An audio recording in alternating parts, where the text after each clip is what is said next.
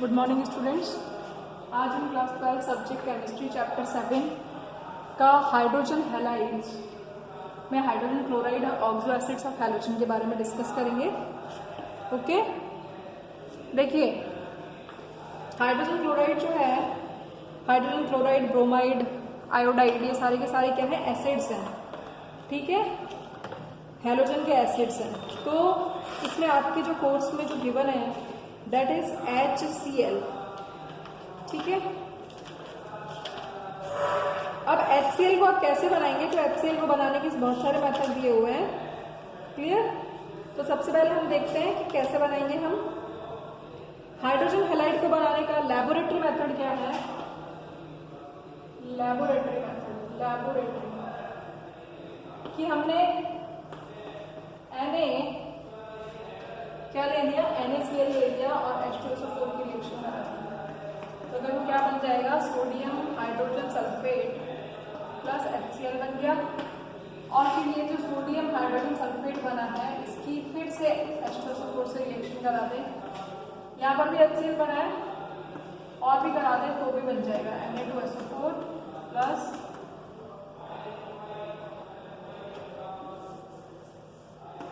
HCl।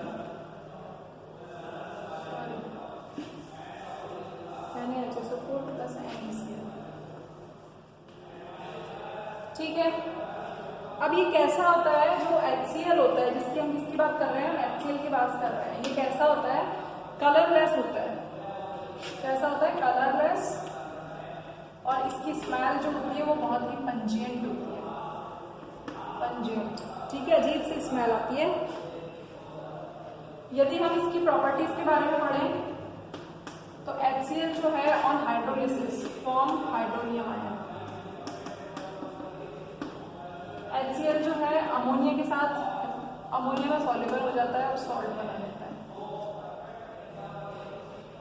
Gold के साथ ये रिएक्शन कर लेता है। अब आपकी किताब में गोल्ड के साथ रिएक्शन लिखी हुई है, उसे हम ऐसे भी लिख सकते हैं, ये गोल्ड के साथ और प्लैटिनम के साथ रिएक्ट करता है। HCl क्या बनेगा, AuCl plus NO plus H2। ठीक है, क्लियर? ठीक इसी तरीके से प्लैटिनम का भी हम कर सकते हैं। तो ये गोल्ड प्लैटिनम के साथ रिएक्ट करता है। और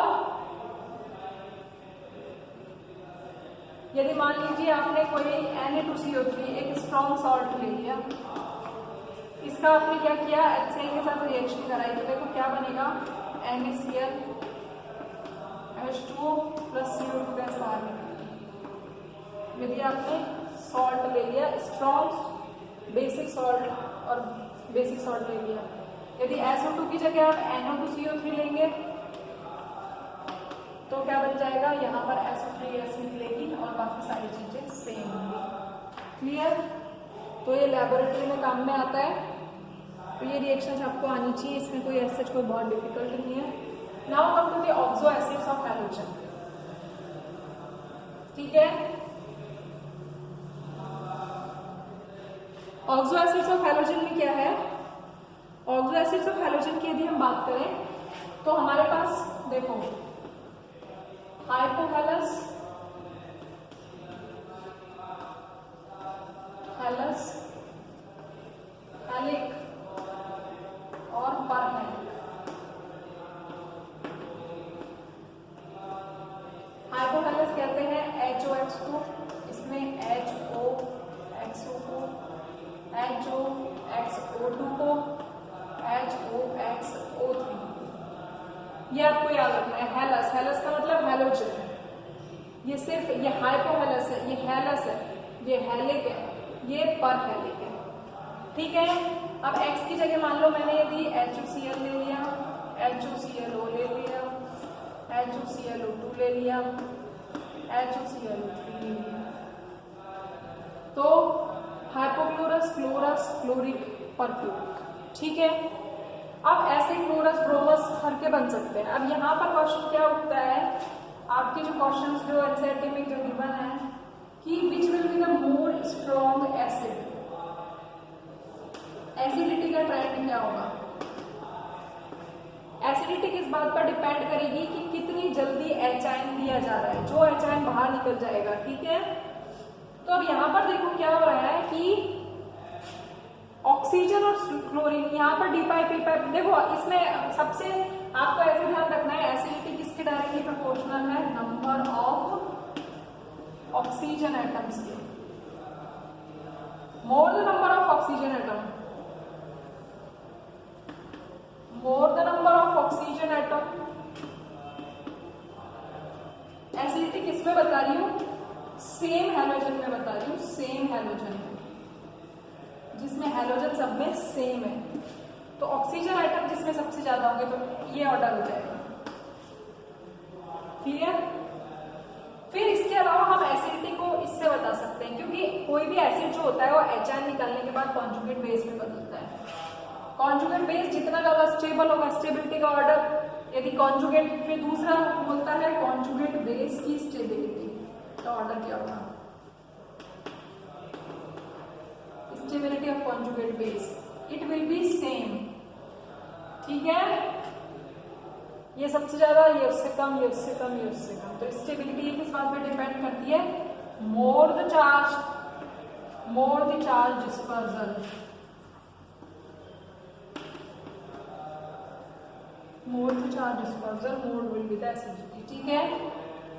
लेकिन यदि डिफरेंट हैलोजन है, हैलोजन कैसे है? डिफरेंट है। जैसे देखो HOF, HOCl, HOBr और HOI, इनमें यदि पूछे तो आपको यहाँ पर डिफरेंट हैलोजन यदि हैं, उनका ऑक्सो एसिड है, तो एसिडिटी का ऑर्डर क्या होगा? एसिडिटी का order is directly proportional to the difference of electronegativity. Electronegativity जिसकी सबसे ज्यादा होगी, इसकी इलेक्ट्रोनेगेटिविटी सबसे ज्यादा है तो इस बॉन्ड के इलेक्ट्रॉनों को ये खींचेगा, तो इस पर पॉजिटिव चार्ज आ जाएगा तो ये खींच लेगा। इसमें सबसे पहले निकलेगा, इसमें उसके बाद, इसमें उसके बाद, इसमें सबसे बाद। समझ में आ रहा है आपको? ठीक है।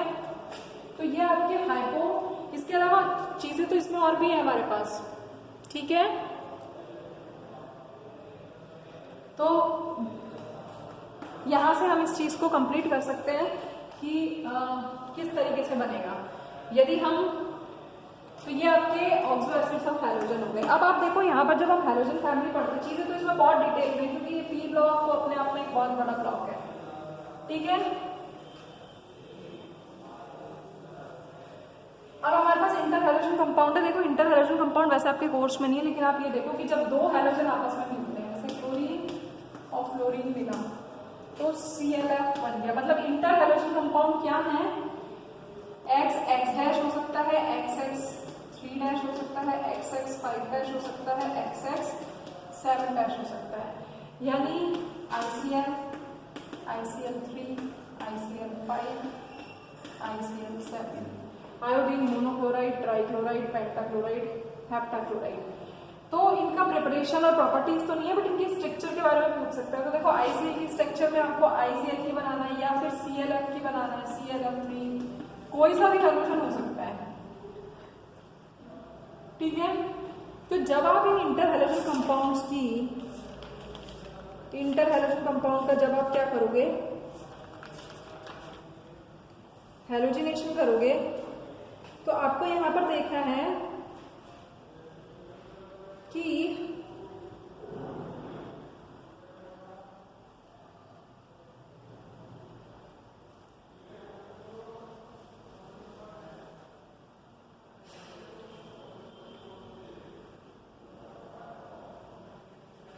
जैसे ये है, अब आप यहां पर देखो, जैसे ये हैलोजन है, इसमें ये वाला छोटा हैलोजन है, ये वाला बड़ा हैलोजन है, ये आपको पता है, ठीक है ना। तो जब इनका आप हाइड्रोलिसिस करोगे, ये सबसे इंपॉर्टेंट रिएक्शन है, तो हाइड्रोलिसिस जब आप करोगे हमेशा ध्यान रखना है, जो स्मॉलर वाला होगा ना, वो इसके जो दो तरीके के, देखो ऐसे बनेगा HF प्लस HOCl। भाई हाइड्रोलिसिस करोगे तो एक के साथ हाइड्रोजन हैलाइड बनेगा और एक के साथ हाइपोहेलस एसिड बनेगा। हमेशा ध्यान रखना है स्मॉलर हैलोजन क्या बनाता है? हैलाइड आयन बनाता है, हैलाइड आयन, ये ध्यान रखना है एक तो। और स्ट्रक्चर आपको निकालने आनी चाहिए। जैसे ClF3 है, अब आप ClF3 में स्ट्रक्चर कैसे निकालोगे, तो आपको बता रखा है। क्लोरीन का लिखो 3s2 3p5, 3d0 है। अब क्लोरीन के पास 2 है और p के पास 3 है, 1 2 3 4 और 5। अब 3 क्लोरीन को बनाना है तो क्या होगा, एक इलेक्ट्रॉन इधर चला जाएगा कूद के, 1 2 3, ये वाला कूद के इधर चला गया, तो देखो एक क्लोरीन, तो क्या हो गया, sp3d स्ट्रक्चर हो गई। शेप क्या होगी, ट्राइगोनल बाइपिरामिडल होगी। बट ट्राइगोनल बाइपिरामिडल में 2 लोन पेयर है, तो शेप कैसी हो जाएगी, टी शेप हो जाएगी। देखो F F F और ऐसे आपको शेप बनानी आनी चाहिए कि कैसी शेप होगी, टी शेप होगी, बैंड शेप होगी, इरेगुलर होगी। ये हमें तब आएंगी जब हमें वेस्पर थ्योरी आती होगी। समझ में आ रहा है। तो ये इंटर हैलोजन कंपाउंड हो गए। तो आपका कौन सा वाला 17th ग्रुप जो है वो फिनिश हो गया है। क्लियर। हम कल पढ़ेंगे नोबल गैसेस वाला। ठीक है, थैंक यू।